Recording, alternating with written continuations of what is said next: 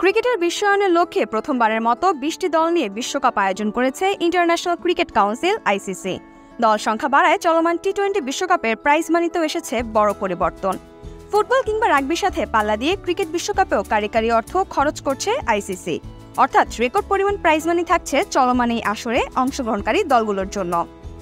সোমবার টি-20 বিশ্বকাপের prize money ঘোষণা করেছে আইসিসি। বিশ্বকাপে অংশ নেওয়া ২০ দলের জন্যই অর্থ পুরস্কার বরাদ্দ রয়েছে।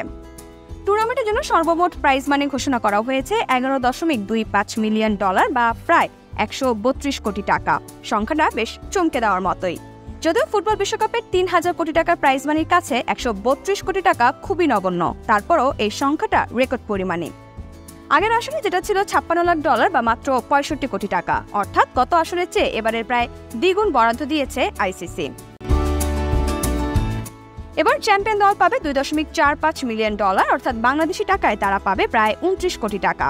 রানার্স আপ দলের জন্য রাখা হয়েছে $১.২৮ মিলিয়ন, যা বাংলাদেশি টাকায় প্রায় ১৫.৫ কোটি টাকা। সেমিফাইনাল থেকে বাদ পড়া দল পাবে $৭,৮৭,৫০০ মার্কিন বা ৯,২৪ লাখ টাকার সমপরিমাণ। সুপার ৮ থেকে বাদ পড়া ৪ দল পাবে $২,৮২,৫০০ বা বাংলাদেশি মুদ্রায় প্রায় ৪,৫০ লাখ টাকা। সেমিফাইনাল ও ফাইনালের জয়ের জন্য প্রতি দল পাবে $৩১,১৫৪ বা বাংলাদেশি টাকায় ৩৬ লাখ টাকা।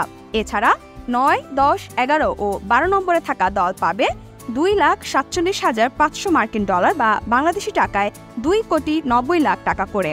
১৩ থেকে ২০ নম্বরে থাকা প্রতিটি দল $২২,০০০ পাবে, যা বাংলাদেশি মুদ্রায় ২,৬৪ লাখ টাকা। অর্থাৎ বাংলাদেশ যদি বিশ্বকাপে কোনো ম্যাচ নাও জেতে, তবুও শুধুমাত্র অংশগ্রহণ করার জন্যই পাবে ২,৬৪ লাখ টাকা। যদিও সংখ্যাটা বাড়িয়ে নেওয়ার সমূহ সম্ভাবনা রয়েছে শান্তদের হাতে। সুপার ৮-এ উঠতে পারলে ২,৬৪ লাখ থেকে বেড়ে সংখ্যাটা গিয়ে দাঁড়াবে ৪,৫০ লাখ টাকা।